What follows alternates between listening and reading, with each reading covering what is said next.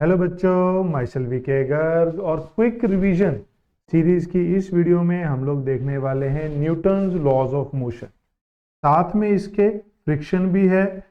कई बार बच्चे उसको अलग अलग समझते हैं, ऐसा नहीं है, ये एक ही है। ओके, तो शुरू करेंगे फोर्स के साथ। बस उससे पहले एक छोटी सी बात मैं आपसे कहना चाहूंगा बेटा।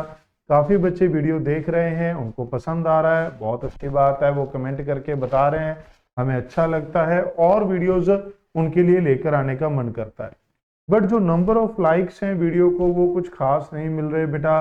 कमेंट उतने ज्यादा नहीं आ रहे जितने आना चाहिए थे। जो व्यूज हैं वो भी नहीं बढ़ रहे। तो हमें आपकी सपोर्ट की खास जरूरत है बेटा। तो आप वीडियो को प्लीज लाइक जरूर करें और अपने मैक्सिमम दोस्तों के साथ शेयर करें। आपकी सपोर्ट के साथ ही ये चैनल ग्रो कर सकता है। बहुत सारे बच्चों ने कमेंट करके बताया कि कंटेंट के अकॉर्डिंग ये चैनल उतना ग्रो में क्यों नहीं है। वो इस वजह से भी हो सकता है कि अभी बहुत बड़े बड़े चैनल हैं। हमारे चैनल को रैंक करने के लिए एक हैवी सपोर्ट की जरूरत है, वो भी आपकी तरफ से।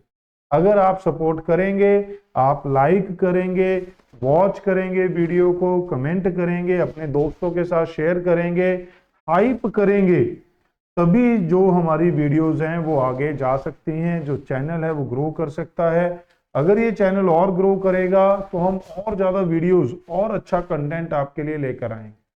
अभी ये बहुत छोटा चैनल है, इसलिए मैं जो है बहुत कम फ्रीक्वेंसी के साथ वीडियो अपलोड कर पाता हूं, क्योंकि मुझे और भी बहुत सारे काम करने पड़ते हैं, ऑफलाइन बहुत सारे काम करने पड़ते हैं। ओके, तो शुरू करते हैं बेटा न्यूटन्स लॉज ऑफ मोशन के साथ। सबसे पहले आती है फोर्स की डेफिनेशन।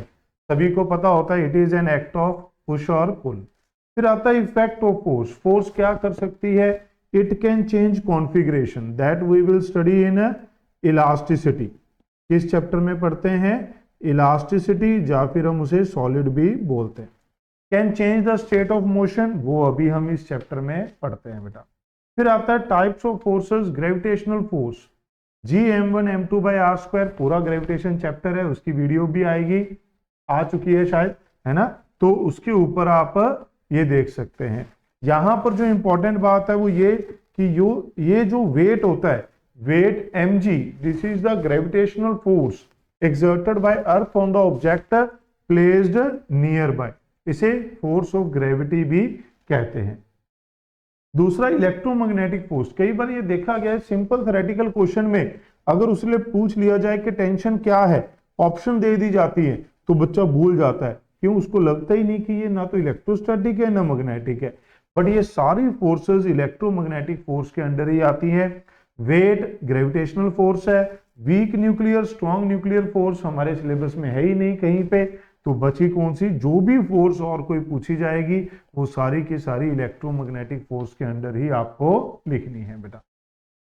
जो वेट है, सिर्फ ये एक ग्रेविटेशनल फोर्स है जो अर्थ एग्जर्ट करती है ऑब्जेक्ट के ऊपर।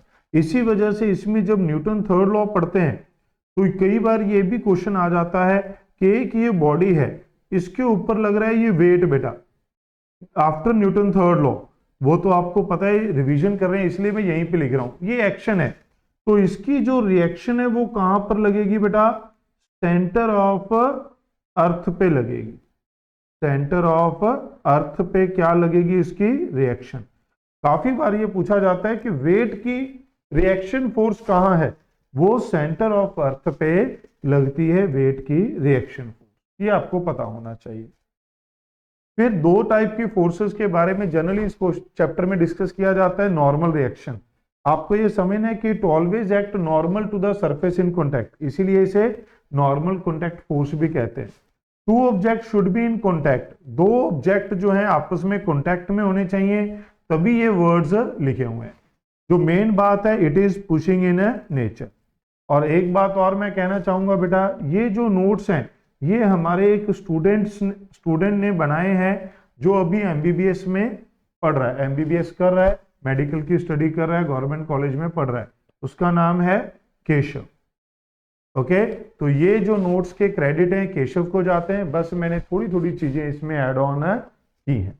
Okay, thanks Keshav for this notes. अब आगे बढ़ते हैं बेटा। Normal contact force is pushing in A nature बेटा। पुशिंग का मतलब जो दो सरफेसेस टच में आएंगी उसको दोनों को धक्का देंगी, पुश पुल। तो ये ध्यान में रखना है, जब ये दोनों कॉन्टैक्ट में है तो बी ए को पुश करेगा, ए बी को पुश करेगा। तो ये दोनों फोर्स कैसी हैं? पुशिंग। ओके। अब अगर हम देखें टेंशन, टेंशन रोप या चेन या स्ट्रिंग के अलोंग एक्ट करती है, अलोंग। रोप स्ट्रिंग चेन में ये हमेशा पुलिंग होती है बेटा। बट अगर रॉड हो, रॉड में ये पुशिंग और पुलिंग दोनों हो सकती हैं। रॉड, ये रॉड है, इससे पुल भी किया जा सकता है, इससे पुश भी किया जा सकता है बेटा। जनरली हमारे पास एनएलएम में जो स्ट्रिंग है, स्ट्रिंग में फोर्स कैसी होगी? पुलिंग। पुलिंग कैसे? इस ब्लॉक को ये एंड पुल कर रहा है, इस ब्लॉक को ये एंड पुल कर रहा है। ओके। तो स्ट्रिंग में जो टेंशन है वो कैसी होगी बेटा? पुलिंग होगी। न्यूटन्स फर्स्ट लॉ बेटा, डेफिनेशन पता होनी चाहिए। According to this law a body remain at rest और स्टेट ऑफ यूनिफॉर्म मोशन, या तो रेस्ट पे रहेगी या यूनिफॉर्म मोशन में, until and unless unbalanced external force act on it. Unbalanced force जब तक इसके ऊपर ना लगे। एक्सटर्नल फोर्सेस लग सकती हैं, अगर वो बैलेंस हो गई तो स्टेट चेंज नहीं होगी, अनबैलेंस्ड होगी तभी स्टेट चेंज होगी। If a body is at rest in uniform motion then net external force is a zero but external force may act। Practical question आते हैं जिसमें आपको कंफ्यूज किया जाता है कि एक बॉडी कांस्टेंट वेलोसिटी से जा रही है तो क्या इसके ऊपर कोई फोर्स नहीं लग रही? ये गलत हो जाएगा। इसके ऊपर नेट फोर्स नहीं लग रही, इसका एक्सेलरेशन जीरो है। फोर्सेस तो लग सकती हैं, mg हमेशा लगेगी which is balanced by normal force. अगर कार हॉरिजॉन्टल सरफेस पे जा रही है, बात समझ रहे हैं? तो फोर्सेस लग सकती है बट नेट फोर्स जीरो होनी चाहिए, एक्सेलरेशन जीरो होना चाहिए। फिर बात आती है इक्विलिब्रियम। इक्विलिब्रियम क्या होता है? स्टेट ऑफ रेस्ट और यूनिफॉर्म मोशन को इक्विलिब्रियम कहते हैं। उसमें सभी डायरेक्शन में वेक्टर सम ऑफ फोर्स क्या होगा? जीरो। फिर इनर्शिया बेटा, फर्स्ट लॉ को लॉ ऑफ इनर्शिया भी कहा जाता है। इनर्शिया क्या होता है? प्रॉपर्टी होती है जिसकी वजह से जो बॉडी है वो अपनी स्टेट अपने आप चेंज नहीं करती। तीन टाइप का होता है, inertia of rest, inertia of motion, inertia of direction. इनकी एग्जांपल याद रखनी है। खड़ी हुई बस चल पड़े तो बैकवर्ड जर्क लगेगा, इनर्शिया ऑफ रेस्ट। चलती हुई बस एकदम ब्रेक मार दे, आगे गिरेंगे, इनर्शिया ऑफ मोशन। अगर चलती हुई बस एकदम से शार्प टर्न ले ले तो हम अवे गिरते हैं, that is inertia of direction बेटा। ओके। ये जो इनर्शिया है ये किसके प्रोपोर्शनल होता है? Mass of object. EMI chapter 12th class का इलेक्ट्रोमैग्नेटिक इंडक्शन, उसमें भी इनर्शिया के बारे में बात की जाती है कि electrical inertia is represented by. अगर आपको पता है तो आपको बताना है। जहां पर हम लिखते हैं ईएमआई में एनालॉजी कि एक्स की जगह चार्ज होता है, वी की जगह करंट होता है, तो वहां आपको बताना है मास की जगह क्या होता है। ओके, मास की जगह क्या होता है? इनर्शिया कौन सी टर्म रिप्रेजेंट करती है इलेक्ट्रिकल इनर्शिया को? ओके, मैं आपको हिंट दे देता हूं, रेजिस्टेंस, कैपेसिटेंस, इंडक्टेंस। ओके, इन तीनों में से कोई एक है। Newton's second law, according to this law force acting on an object is equal to rate change of linear momentum. जो फोर्स होती है वो किसके बराबर होती है बेटा? Rate change of linear momentum के बराबर होती है। और मोमेंटम क्या होता है? mv। तो जब आप मास जनरली क्या होता है? कांस्टेंट, तो dv बाई dt। अगर मास कांस्टेंट ना हो तो हम कुछ क्वेश्चन में v dm बाई dt भी लगा देते हैं बेटा। SI यूनिट फोर्स की ये क्या हो जाएंगी? kg मीटर पर सेकेंड स्क्वायर, जिसे न्यूटन को बोलते हैं। CGS dine. कन्वर्जन, इसके ऊपर बहुत सारे मीम बनते हैं बेटा। 1 newton equal to 1 lakh dyne. Don't underestimate the power of newton. Okay, फिर KGF, काफी पॉपुलर मूवी हुई थी बेटा KGF, रॉकी भाई। तो वो 1 KGF मतलब 1 किलोग्राम मास कितनी फोर्स लगाता है? तो 1 किलोग्राम फोर्स वो G न्यूटन के बराबर लगाता है बेटा। इसलिए G की जगह हम जनरली 10 न्यूटन लिख लेते हैं, 9.8 भी लिख सकते हैं। ऐसे 1 GF, इसके ऊपर भी बहुत मीम बनते हैं। 1 GF equal to G dyne. कम मत समझना बेटा, G की वैल्यू कितनी है? 1000। वाई? सीजीएस, अगर जी 10 मीटर पर सेकंड स्क्वायर है तो सीजीएस में ये कितना होगा 1000 सेंटीमीटर पर सेकंड स्क्वायर। क्लियर बात, आगे बढ़ते हैं। Newton's third law, according to this law, video को लाइक जरूर करें, जैसे हमने कहा था बेटा अगर आप लाइक करेंगे तभी हमारे पास मोटिवेशन होगी और ज्यादा जल्दी वीडियो लेकर आने की बेटा। According to this law every action has equal and opposite reaction, every force act in a pair. दोनों एक्शन रिएक्शन है तो हमेशा पेयर में एक्ट करेंगी, बट ये action and reaction act on two different object, इसलिए ये एक दूसरे को कैंसल नहीं करती, ये एक दूसरे को कैंसिल नहीं करती, और कोई फोर्स लग सकती है जो इसको कैंसिल कर दे बेटा। ये दोनों अलग अलग ऑब्जेक्ट पे लगेंगी, कैंसिल करने के लिए एक ही ऑब्जेक्ट पे दो फोर्सेस होनी चाहिए। अगर दो अलग अलग ऑब्जेक्ट पे फोर्स है तो वो एक दूसरे को कैंसिल नहीं कर सकती बेटा। बोथ एक्ट साइमल्टेनियसली, दोनों सेम टाइम पे लगती हैं। जनरली ऐसा लगता है, बच्चे अक्सर इसमें गलती कर देते हैं बेटा, बच्चों को लगता है एक्शन पहले होना चाहिए रिएक्शन बाद में। भाई आपने पंच किया यहां पीछे तो क्या ये बाद में आके आपको मारेगी? नहीं, जब पंच करोगे उसी टाइम पे आपको भी चोट लगेगी, बट एक्शन तो आप कर रहे हो, वॉल रिएक्शन कर रही है, वो दोनों सेम टाइम पे होते हैं, ये आपको जरूर याद रखना है बेटा। ओके, आगे बढ़े। ये एक्शन रिएक्शन बनाया हुआ है बेटा, ठीक है, ये इक्विलिब्रियम को शो किया हुआ है। लेमीज थ्योरम, लेमीज थ्योरम कब लगाते हैं बेटा? It is applied when three forces act on a body and the body remain in equilibrium, और अगर हम इसको कहें when the resultant of three vectors is zero, जब इन तीन वेक्टर का रिजल्टेंट क्या होगा बेटा? जीरो होगा। जब इन तीन वेक्टर का रिजल्टेंट क्या होगा? जीरो होगा, तब आप लेमीज थ्योरम लगा सकते हैं। क्या होती है? कोई एक फोर्स, पहले तीनों फोर्स को टेल टू टेल मिलाना है बेटा। कई बार फोर्स हेड से हेड मिली होती है तो आपको इन तीनों को टेल टू टेल मिलाना है। F1 divide by sine of angle between other two forces, अगर F1 कंसीडर कर लिया तो बाकी दो फोर्सेस के बीच का angle. F2 divide by sine of angle between other two forces. F3 divide by sine of angle between other two forces. Okay, काफी useful रहता है जब हमारे पास इक्विलिब्रियम बेस्ड क्वेश्चन आते हैं। जैसे आपने कुछ क्वेश्चंस ऐसे किए होंगे बेटा, ये स्ट्रिंग के साथ ऐसे, ये ब्लॉक हैंग है, इन दोनों स्ट्रिंग में आपको टेंशन निकालनी है, ठीक है, तो आप फाइंड करते हैं। या फिर आपने ऐसा क्वेश्चन किया होगा कि ये इधर है, ये किधर है, सपोर्ट यहां पर एक स्फीयर रखा हुआ है, ठीक है, कोई ऐसा स्फीयर रखा हुआ है बेटा, थोड़ा ज्यादा ही खराब सा हो गया, चलो फिर से बना लेते हैं। ये स्फीयर ऐसे रखा हुआ है बेटा, ये ऐसे है, तो इस पे जो फोर्स लगती है वो हमारे पास लेमीज थ्योरम से आप काउंट जो है बहुत इजीली सॉल्व कर पाते।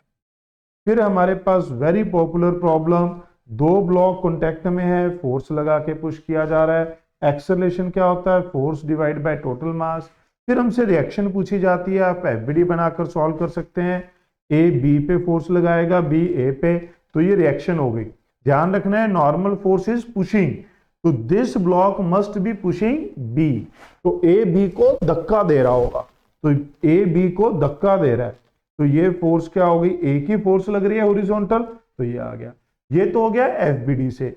अगर आप इसका शॉर्ट ट्रिक या जुगाड़ देखें डायरेक्ट, तो अक्सर टीचर इस तरीके से बताते हैं बेटा, और फिर जब ये दोनों साइड लगती है तो इस तरीके से बताया जाता है। बट इन दोनों को आप एक ही फॉर्मूला से कर सकते हैं। कैसे?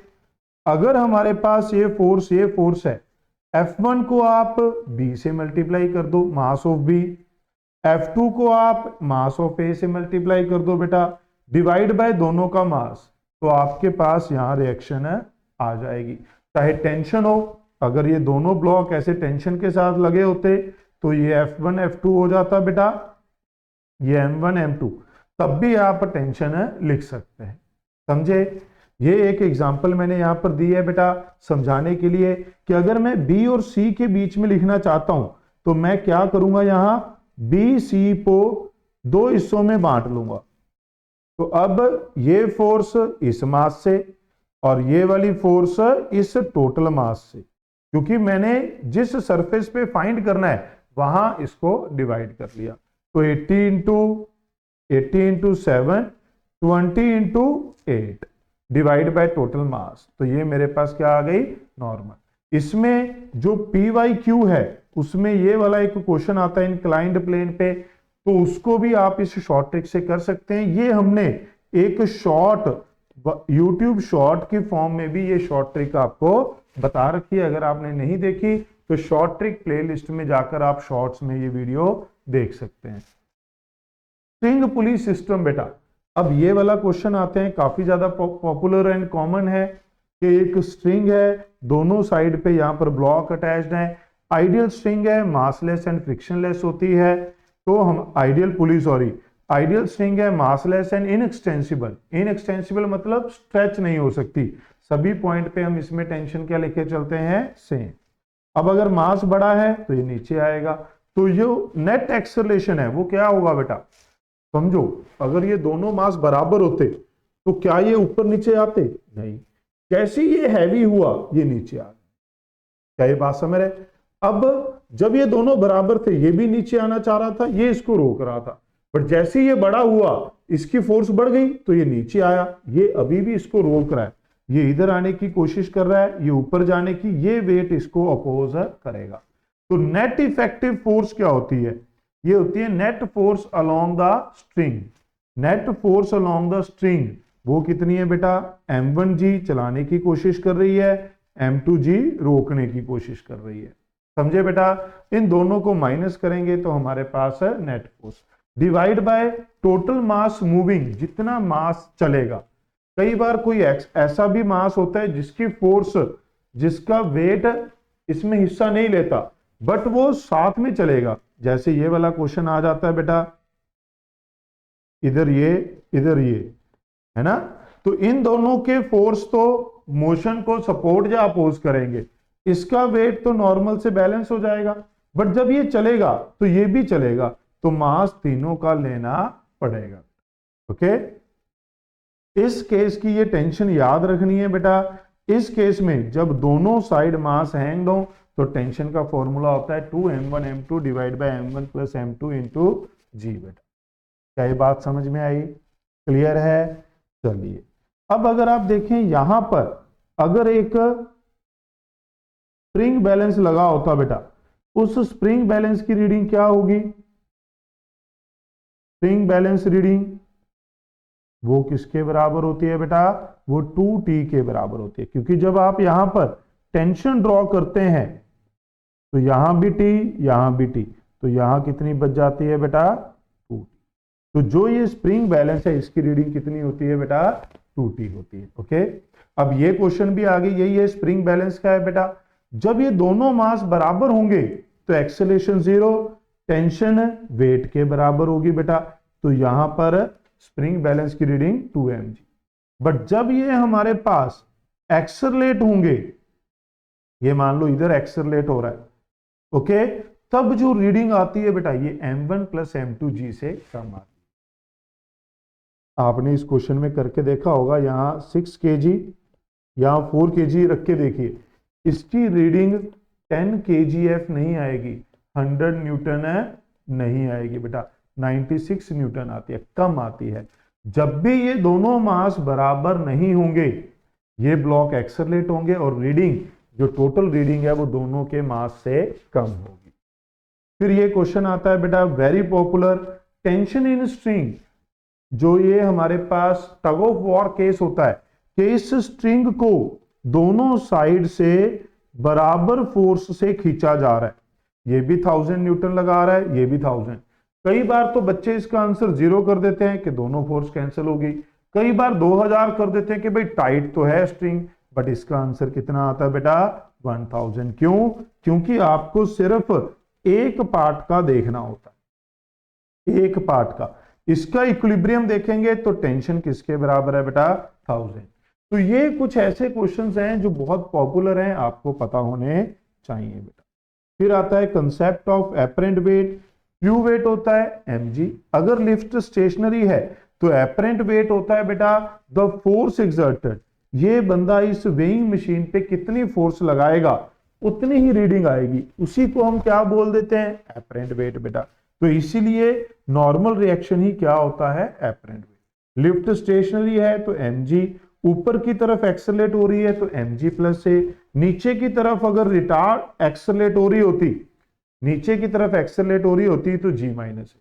अब अगर ये ऊपर रिटार्ड हो रही हो तो यहां तो प्लस लगाएंगे बट a नेगेटिव हो जाएगा। ये नीचे जा रही हो रिटार्ड हो रही हो, यहां तो माइनस लगाएंगे, a को भी माइनस पुट करेंगे तो ये प्लस हो जाएगा। समझे बेटा। स्यूडो फोर्स, स्यूडो फोर्स कब लगाते हैं बेटा, नॉन इनर्शियल फ्रेम में लगाते हैं, नॉन इनर्शियल फ्रेम में लगाते हैं। ओके, तो जब हम नॉन इनर्शियल फ्रेम में बात करते हैं तो जो मास इनटू एक्सेलरेशन होता है ये क्या होता है, ऑल रियल फोर्सेस प्लस साथ में क्या लगा देते हैं बेटा, एक स्यूडो फोर्स लगा देते हैं। Inertial frame and non inertial frame आपको पता होने चाहिए बेटा। इनर्शियल फ्रेम क्या होते हैं, जो फ्रेम का एक्सेलरेशन जब जीरो हो। नॉन इनर्शियल फ्रेम में फ्रेम का एक्सेलरेशन क्या होता है बेटा, नॉन जीरो। ये नेट एक्सेलरेशन है, बॉडी का net acceleration real force plus pseudo force के बराबर होती है। स्यूडो फोर्स किसके बराबर होती है बेटा, mass of object negative of acceleration of frame. जिस तरफ फ्रेम एक्सेलरेट करेगा, जैसे ये फ्रेम इधर एक्सेलरेट कर रहा है तो स्यूडो फोर्स उसके ऑपोजिट डायरेक्शन में लगती है। स्यूडो फोर्स फ्रेम जिस तरफ ये फ्रेम एक्सेलरेट करेगा उसके ऑपोजिट डायरेक्शन में लगेगी, इसलिए ये माइनस साइन आता है। तो ये वाला क्वेश्चन काफी पॉपुलर है कि जब ये काट कांस्टेंट एक्सेलरेशन के साथ जा रही होगी तो ये जो स्ट्रिंग है कितना एंगल बनाएगी बेटा, tan theta equal to a/g। ये रिजल्ट याद करना है, फ्लूइड मैकेनिक्स में भी काम आता है। और नेक्स्ट क्वेश्चन कि ये एक वेज है और इसका जो इंक्लाइंड प्लेन है वो स्मूथ है, इसके ऊपर ब्लॉक रखा है, इसको मैं कितना एक्सेलरेशन दूं कि ब्लॉक स्लाइड ना करे, वो भी क्या आता है, a equal to g tan theta. But इस क्वेश्चन में और ज्यादा इंपॉर्टेंट क्या है, वो है नॉर्मल रिएक्शन फोर्स, कि ये ब्लॉक इस पे कितनी फोर्स लगाएगा, जब वेज ब्लॉक पे कितनी फोर्स लगाएगा, वो क्या होगी बेटा, इन जनरल एनआर होती है, आगे हम फ्रिक्शन में देखेंगे mg cos थीटा। बट इस स्पेशल केस में जब ये एक्सेलरेट कर रहा है वो होती है mg बाय cos थीटा। इसके ऊपर बेस्ड नीट में पहले भी क्वेश्चन पूछा जा चुका है। नॉर्मल कॉन्टैक्ट फोर्स बोलते हैं इसे, या फिर बोलते हैं क्योंकि ये फ्रिक्शनलेस है तो सिर्फ ये ब्लॉक इस पे क्या लगाएगा, one and only normal force, और वो कितनी होगी, force exerted by block on the wedge is mg by cos theta. फिर आता है स्प्रिंग फोर्स का कंसेप्ट बेटा। स्प्रिंग फोर्स अगर नेचुरल लेंथ में है तो कोई फोर्स नहीं लगाता, जब इसको इलोंगेट और कंप्रेस किया जाता है बाय एक्स लेंथ तो ये फोर्स लगाता है, कितनी होती है, -kx। इलोंगेट करेंगे तो अंदर की तरफ लगाएगा, कंप्रेस करेंगे तो बाहर की तरफ। अगर मैं यहां पर एक कंप्रेस्ड वर्जन भी बना दूं तो ये स्प्रिंग फोर्स किधर लग रही होगी बेटा, बाहर। ये स्प्रिंग फोर्स किधर लग रही होगी बेटा, बाहर। समझे, K होता है spring constant, newton per metre. Ideal spring is massless and exert equal force on both side बेटा। ठीक है, जो सबसे इंपॉर्टेंट है वो है spring force do not change immediately. Spring force do not change immediately, whereas tension may change immediately in string, where tension in string, okay, spring force change नहीं होती, क्यों, क्योंकि force is proportional to x। अगर उस position पे elongation same है तो force भी क्या रहेगी, सेम रहेगी। फिर आता है मोमेंटम। मोमेंटम होता है mv, फोर्स होता है रेट चेंज ऑफ मोमेंटम बेटा। ओके, इंपल्स होती है नेट चेंज इन मोमेंटम, और अगर फोर्स वेरिएबल हो during this small interval. Impulse generally कब बात करते हैं, जब बहुत ही कम टाइम के लिए फोर्स लगी हो और उसमें अगर वो फोर्स वेरिएबल हो तो हम average force into delta T भी लिख सकते हैं, या फिर इंपल्स टोटल आ जाती है एरिया अंडर द कर्व से। यहां पर आपको ये बहुत ही इंपॉर्टेंट रिजल्ट है, जब आप हमारी नीट पीवाईक्यू वीडियो देखेंगे एनएलएम की, तो आप देखेंगे कि हमने ये कंबाइन करके बताया कि 6-7 बार डायरेक्ट इसके ऊपर बेस्ड क्वेश्चन है पूछा जा चुका। अगर कोई बॉल यू स्पीड से आकर टकराती है, नॉर्मल के साथ एंगल थीटा बना रही है, तो उसका चेंज इन मोमेंटम होता है 2mu cos थीटा। इसी को इंपल्स भी बोल देते हैं। एवरेज फोर्स क्या होगी during this, delta P divide by T C. Time of contact दिया जाता है 0.1 सेकेंड, 10 मिली सेकेंड, कुछ इस तरीके से। बात समझ रहे हैं? तो आपको ये याद रखना है कि थीटा इज विद नॉर्मल। अगर इसके साथ आ गया अल्फा, तो आप यहां साइन अल्फा लिख सकते हैं। क्लियर बात बेटा? This is a very important formula. फिर आता है law of conservation of momentum. अगर एक्सटर्नल फोर्स 0 हो तो सिस्टम का मोमेंटम चेंज नहीं होता। इसमें 2 केस है, रिकॉइलिंग ऑफ गन। अगर गन रेस्ट पे है, जब आपने बुलेट फायर की तो गन पीछे की तरफ रिकॉइल करती है। एक्सटर्नल फोर्स 0 है, इसलिए जो मोमेंटम है वो हमारे पास क्या रहेगा? कांस्टेंट। तो आपको ये याद रखना है, momentum of gun and bullet क्या होता है? सेम। वर्क पर एनर्जी में भी काम आता है। रिकॉइल वेलोसिटी क्या होगी? माइनस साइन आ गया, इसका मतलब ऑपोजिट डायरेक्शन में होगी बेटा। ओके, इसी में दूसरा केस आता है एक्सप्लोजन ऑफ बॉम्ब। ये उसी की क्रिएटिविटी है, केशव की, है ना। आप देखते हैं, मैं तो सिंपल ही नोट्स बनाता हूं, बच्चे ही इतनी क्रिएटिव होते हैं ना। Bomb is initially at rest बेटा, बॉम्ब इनिशियली रेस्ट पे है। Explosion is an internal process. External force 0 है तो मोमेंटम कंजर्व रहेगा। दोनों पार्ट का इंडिविजुअल मोमेंटम कंजर्व रहेगा। एक पार्ट अगर राइट की तरफ जाएगा तो दूसरा लेफ्ट की तरफ जाएगा, क्योंकि वेक्टर सम 0 है। और अगर बॉम्ब मूविंग था, फटने से पहले, एक्सप्लोड से पहले, तो just before and just after का मोमेंटम आपको लेना पड़े। ओके, फिर आता है कंस्ट्रेंट मोशन बेटा। कंस्ट्रेंट मोशन क्या कहता है कि अगर ये एक स्ट्रिंग या रॉड है, तो रॉड जो स्ट्रिंग है ये इनएक्सटेंसिबल होती है, तो खींच नहीं सकती बेटा। तो दोनों एंड की जो वेलोसिटीज और एक्सेलरेशन है अलोंग द स्ट्रिंग, क्या है बेटा? Along the length is same. Along the length जो दोनों वेलोसिटी, दोनों एंड की वेलोसिटी और एक्सेलरेशन है वो क्या रहेंगे? सेम। फिर दूसरा आता है मूविंग पुली कंस्ट्रेंट बेटा। अगर ये पुली मूव कर रही है तो दोनों एंड की जो पोजीशन और वेलोसिटीज हैं उनके बीच में क्या रिलेशन है? रहता है। दोनों एंड की वेलोसिटी का sum divide by 2 is the pulley velocity. Put all values with the sine. ये सभी सेम डायरेक्शन में है तो पॉजिटिव, कोई एक अगर ऑपोजिट होता तो उसको नेगेटिव मान सकते थे। इसको लिखने के लिए कई बार अगर आप ऐसे ना लिख पाए, मल्टीपल पुली हो, 4-5 पुली हो, तो आप वर्चुअल वर्क मेथड लगा सकते हैं बेटा। T dot V equal to 0, T dot A equal to 0। NEET के लेवल पे अगर हम बात करें तो आप बिंदास लगा सकते हैं। जेई वालों को थोड़ा सतर्क रहना पड़ता है, सभी जगह ये वैलिड है नहीं होता बेटा।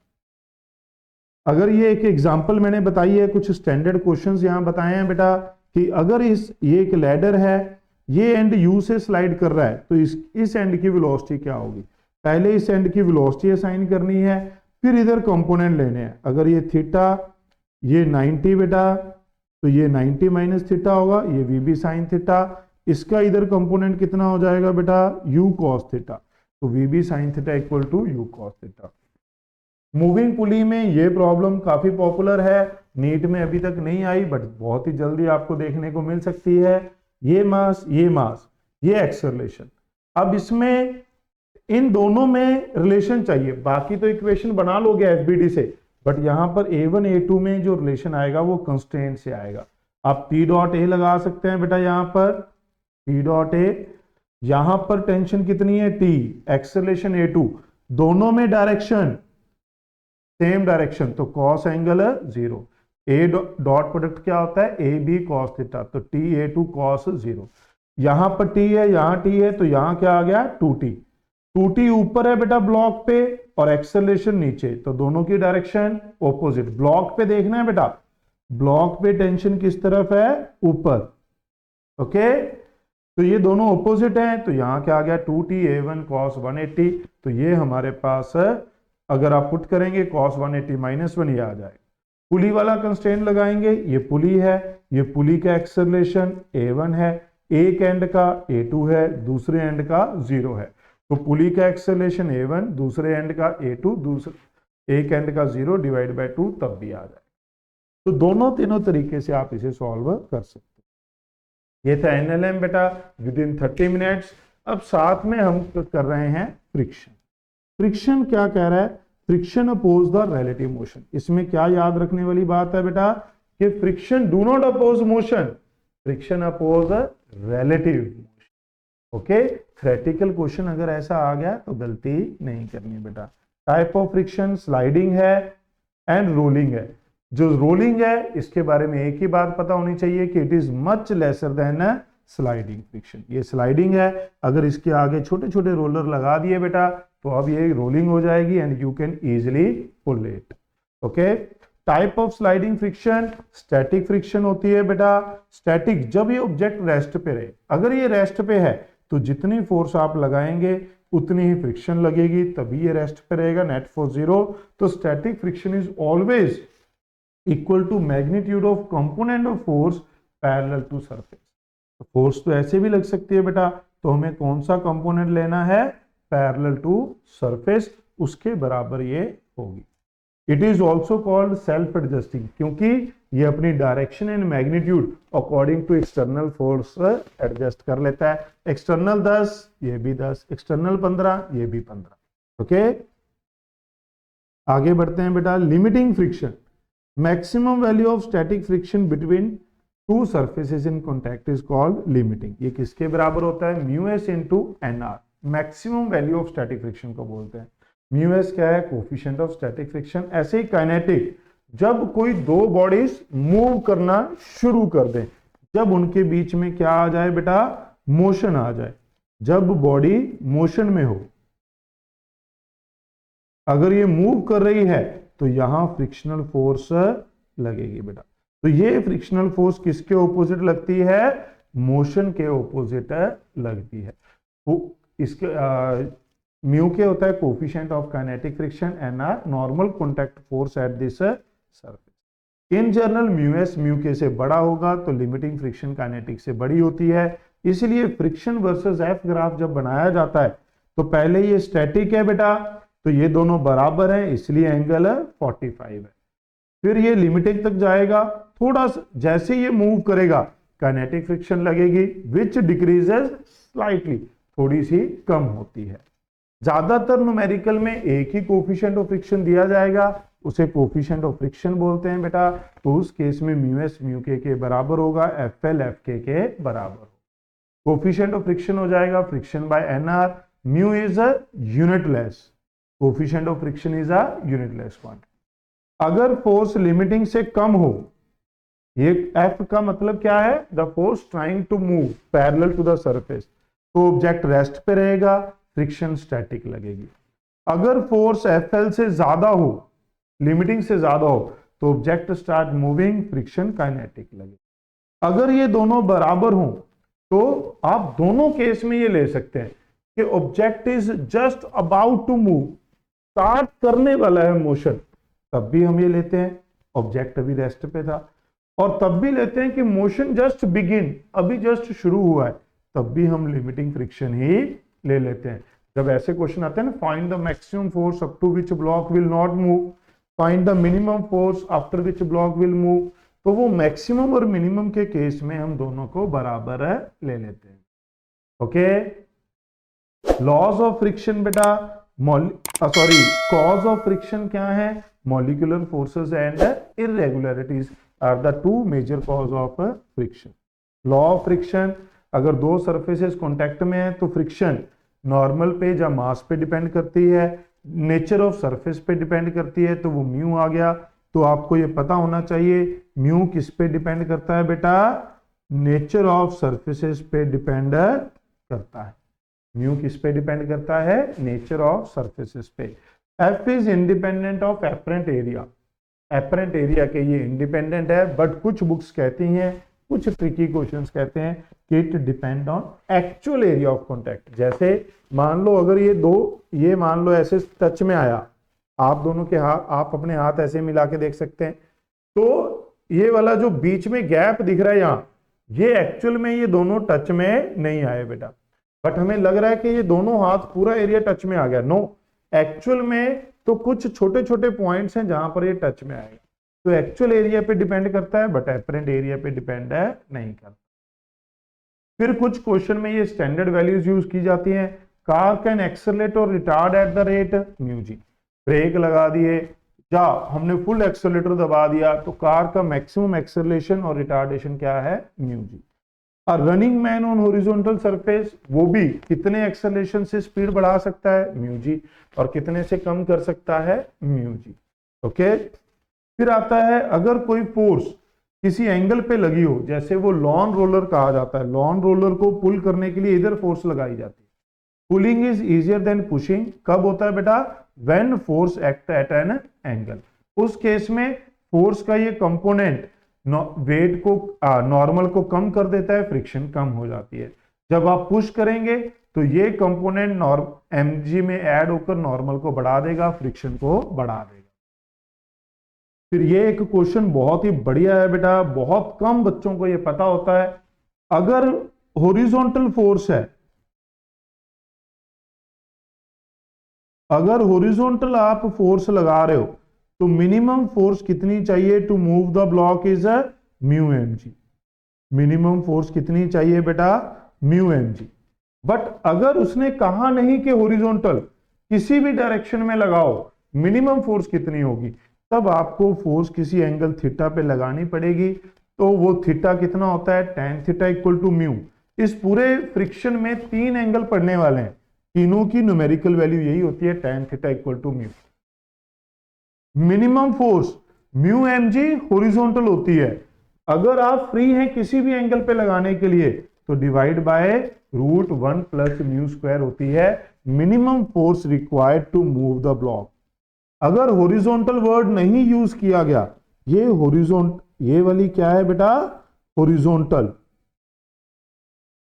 हॉरिजॉन्टल मिनिमम फोर्स, और ये हमारे पास ओवरऑल मिनिमम फोर्स है।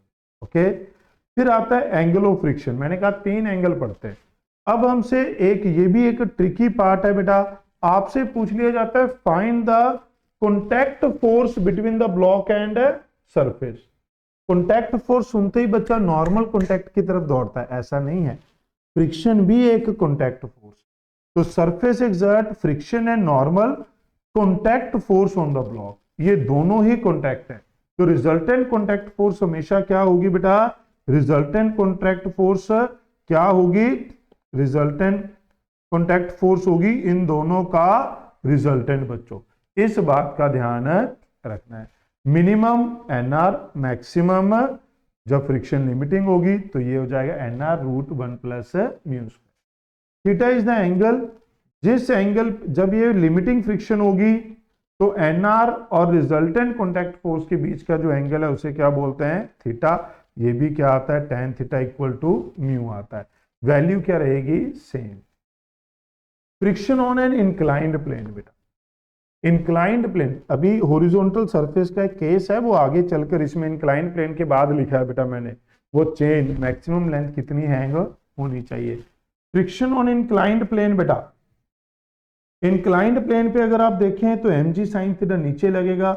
It has tendency to move the block, इसलिए फ्रिक्शन इन जनरल ऊपर लगती है। तो nr किसके बराबर होता है, mg cos थीटा। मैंने कहा था ना अभी थोड़ी देर पहले, nr इन जनरल होता है mg cos थीटा, बट उस स्पेशल केस में mg by cos theta. Limiting friction mu nr तो कितनी होती है, म्यू mg cos थीटा। एक स्पेशल क्वेश्चन आता है बेटा कि अगर ये ब्लॉक रेस्ट पे हो, if block is at rest, तो F किसके बराबर होगी, स्टैटिक, और वो किसके बराबर होगी बेटा, mg sin थीटा के बराबर होगी। अगर ये ब्लॉक रेस्ट पे है, अगर ये ब्लॉक किसमें है बेटा, रेस्ट पे, तो फ्रिक्शन किसके बराबर होगी, स्टैटिक होगी, और वो mg sin थीटा के बराबर होगी। ओके, फिर आता है अगर हम इसको रिलीज कर दें, ये नीचे की तरफ मूव कर रहा हो, अगर ये नीचे की तरफ मूव कर रहा हो बेटा तो फ्रिक्शन किधर लगेगी, पीछे की तरफ, और mg साइन थीटा नीचे, तो इसका एक्सेलरेशन क्या होगा, g sine theta minus mu g cos theta. वहीं अगर आप इसे ऊपर की तरफ पुश कर दें, अगर इसका मोशन ऊपर होगा बेटा तो फ्रिक्शन किधर लगेगी, नीचे, और mg साइन थीटा भी किधर लगेगा बेटा, नीचे, तो रिटार्डेशन कितनी हो जाएगी, g sine theta plus mu g cos theta, ये एक्सेलरेशन। क्लियर है बेटा। फिर आता है angle of repose. Angle of repose क्या होता है बेटा, वो एंगल जिसके ऊपर body just begin to slide, body just slide करना शुरू कर दे बेटा। mg sine phi is equal to mu mg cos phi, tan phi equal to mu बेटा, तो फाई क्या आ जाएगा, tan इनवर्स म्यू। ये एंगल भी सेम है, सभी एंगल की न्यूमेरिकल वैल्यू क्या है बेटा, सेम। अगर प्लेन का एंगल फाई से बड़ा है तो ब्लॉक नीचे की तरफ एक्सेलरेट होगा बेटा, अगर थीटा कम है तो ब्लॉक उसके ऊपर रेस्ट पे पड़ा रहेगा, नीचे स्लाइड नहीं करेगा। ये नोट है बेटा, नीट 2025 में भी ये क्वेश्चन आया था।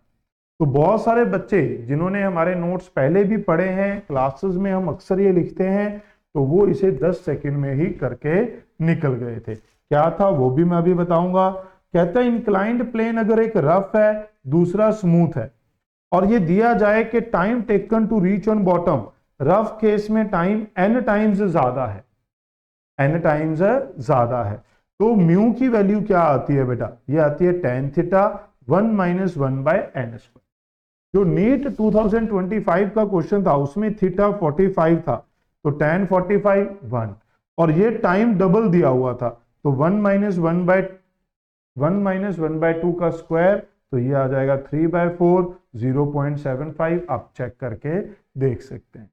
ओके, ये देखिए बेटा नोट 2, ये चेन की लेंथ कितनी सस्पेंड की जा सकती है। ये अभी तक क्वेश्चन नहीं आया, बट कोई बड़ी बात नहीं है, अगली बार अगर यही क्वेश्चन आपके नीट एग्जाम में या जेई एग्जाम में आपको देखने को मिल जाए, तो मैक्सिमम लेंथ कितनी हैंग हो सकती है बेटा, ये होती है mu L divide by 1 plus mu, mu L divide by 1 plus mu बेटा।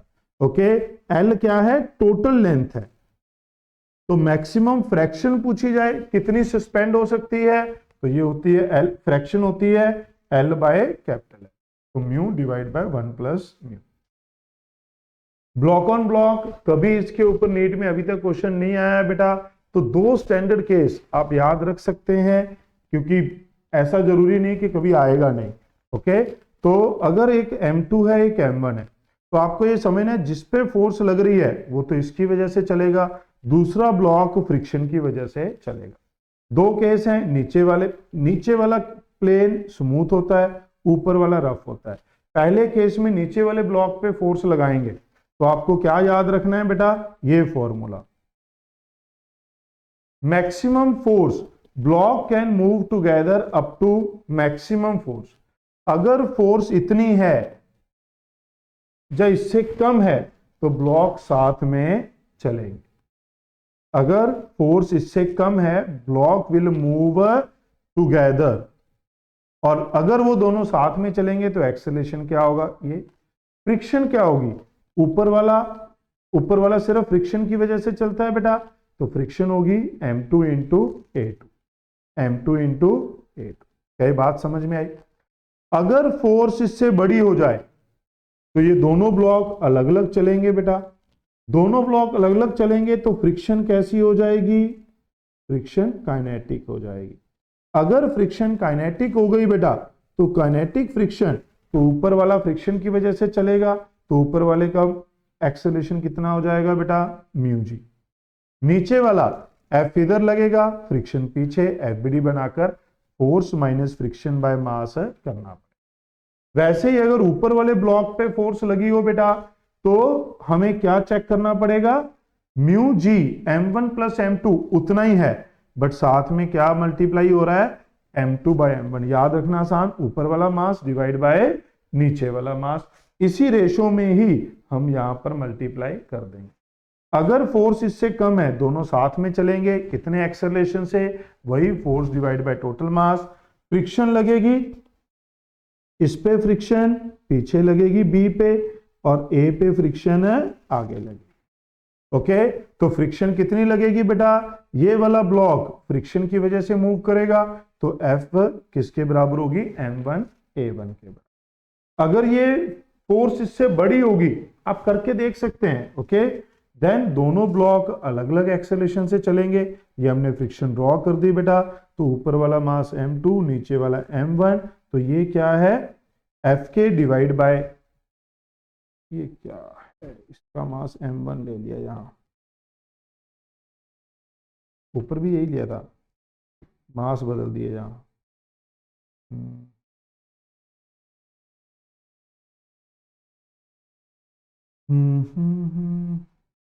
यहां मास बदल दिए बेटा, कुछ तो गड़बड़ कर दी इन्होंने, देख लेते हैं। ये मान लेते हैं ऊपर हमने क्या लिया था, m2, ये m1, तो ये जो एक्सेलरेशन है, हाँ यही है, ठीक है, तो यही आएगा बेटा। ये वाला जो एक्सेलरेशन है वो किसके बराबर होगा, एफ के बाय m1, और ये ऊपर वाला जो एक्सेलरेशन है ये किसके बराबर होगा, F minus F divide by m। Okay, friction कौन सी है बेटा, काइनेटिक है, फ्रिक्शन कौन सी है बेटा, काइनेटिक। ओके, समझे। अब अगर आप देखें इंक्लाइंड प्लेन पे दो ब्लॉक अगर कांटेक्ट में पड़े हो, ये भी नीट लेवल का क्वेश्चन नहीं है, जेई लेवल पे चला गया बेटा। तो अगर दोनों ब्लॉक का कोफिशिएंट ऑफ फ्रिक्शन अलग अलग है, तो अगर आगे वाले का फ्रिक्शन कोफिशिएंट कम है तो इसका एक्सेलरेशन ज्यादा होगा, तो ये ज्यादा तेजी से निकल जाएगा, पीछे वाला धीरे धीरे आएगा, तो both block move separately. But अगर आगे वाले का फ्रिक्शन ज्यादा है तो ये स्लो चलने की कोशिश करेगा, और इसका कम है तो ये तेज चलने की कोशिश करेगा, बट ये आगे तो निकल नहीं सकता, तो ये इसको धक्का देता रहेगा। तो ये दोनों किस में चलेंगे बेटा, कॉन्टैक्ट में चलेंगे। तो नीट लेवल पे या जेई मेन लेवल पे आप सिर्फ इतनी वैल्यू, इतनी चीजें याद रख सकते हैं। जेई एडवांस लेवल पे आपको इसके ऊपर बेस्ड क्वेश्चन भी करने पड़ते हैं। तो ये था हमारे पास एनएलएम एंड फ्रिक्शन का क्विक वन शॉट रिवीजन बेटा। उम्मीद है आपको सभी पॉइंट समझ में आए होंगे, और हमने सभी पॉइंट आपके कवर भी किए होंगे बेटा। मेरे को एक पॉइंट और याद आया था बीच में, यहां कुछ मेरे को याद आया था, चलिए कोई बात नहीं, फिर कभी उसकी अलग से एक वीडियो बना के हम डाल देंगे। अगर कुछ ऐसा होगा तो आप इसे अच्छे से जरूर पढ़ें बेटा, और वीडियो को लाइक जरूर करें। ओके, वीडियो को लाइक जरूर करें बेटा, ठीक है। इस वीडियो के लिए इतना ही है। Thank you so much, thanks for watching. Like, remember to like, comment and share.